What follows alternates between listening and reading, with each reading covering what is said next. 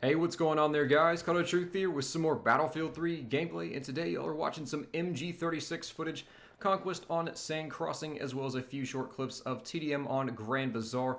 Trying this weapon out now with different setups. I've got the foregrip and heavy barrel on instead of the bipod and extended mags, which I generally run, and it's kind of turning into a difficult scenario for me because I really love having the 100-round extended mag MG36, but the heavy barrel really makes this gun almost laser beam accurate. It's really incredible how accurate this weapon can be with the heavy barrel on, so I'm going back and forth trying to figure out which one of these setups I like the best. I have to do a little bit more testing in order to figure that out, but right now it's kind of a split between the two.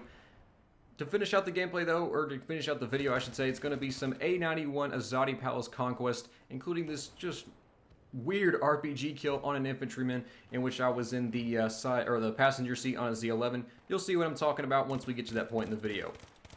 Now, one quick announcement before getting into the main topic of this video is that this upcoming weekend on July 5th and 6th, 2013, I'm going to be participating in a 24-hour charity live stream event.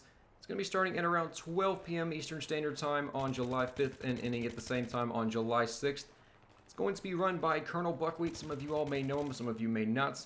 There'll be a link down below in the description to another video that gives a few more details about it, as well as a link to the Twitch page and as well as his own channel. You guys can come hang out if you want to make a donation if you wish, or just come watch us play some Battlefield. I'll be on once, maybe twice during that time, and we don't really have set times yet in terms of, who's going to be on when. I'll be sure to tweet out on Twitter whenever I'm actually getting on to play. Probably be on for sure once, maybe twice, we'll have to see.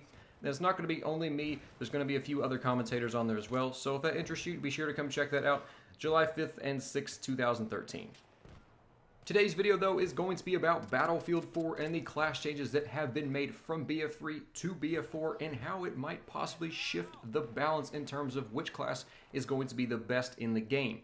Now, I'm not going to sit here and make factual statements and say this is how it's going to be. This class is going to be the best, this class is going to be the second best. It's not how it is at all. It's just going to be kind of a speculation, more of just an open mind discussion that your feedback is much appreciated in the comment section below.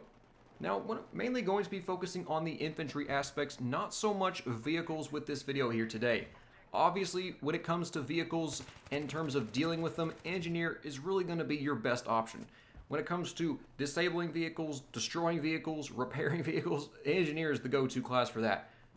Certainly, recon now has got C4, which is going to be a threat, but when it comes to just overall having a better control, not really the right word to say, but just a means of whether it be helping or hurting enemy vehicles, engineer is going to be the best class for that. So we're really going to focus on the infantry aspects of it, and I feel like it boils down primarily to two main classes, with a third kind of sticking its foot in the door to possibly get a bid in terms of being one of the better classes in the game.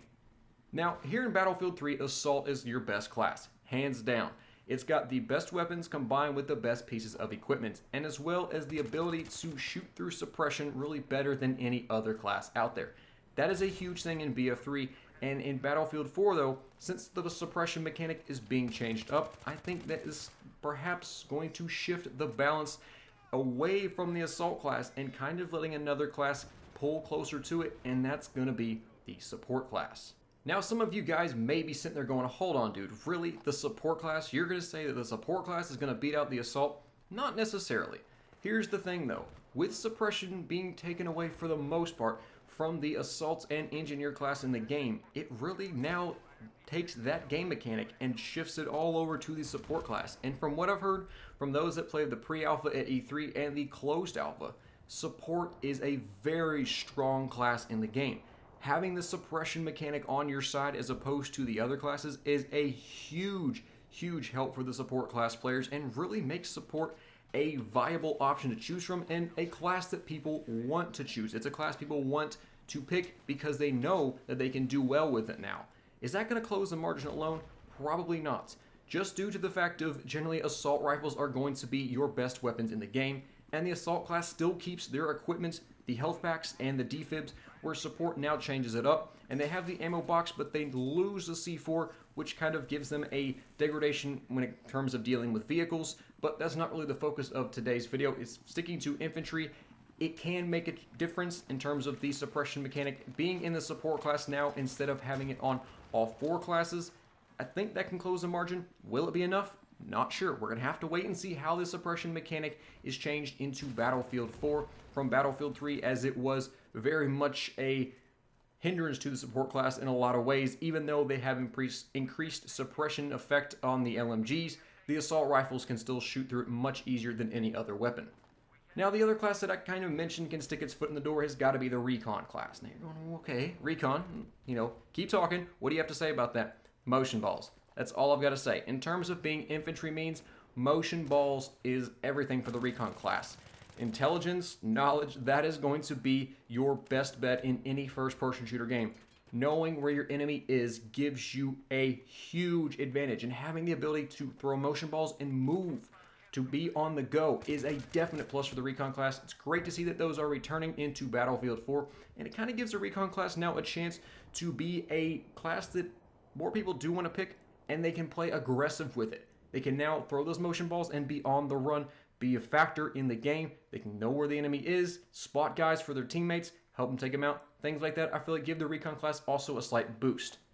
Be sure to leave your comments down below. I'm interested to hear what you guys have to say on this. Hopefully you guys have enjoyed this video. If you did, be sure to leave a like. I'd appreciate it very much. Take care. See you all next time.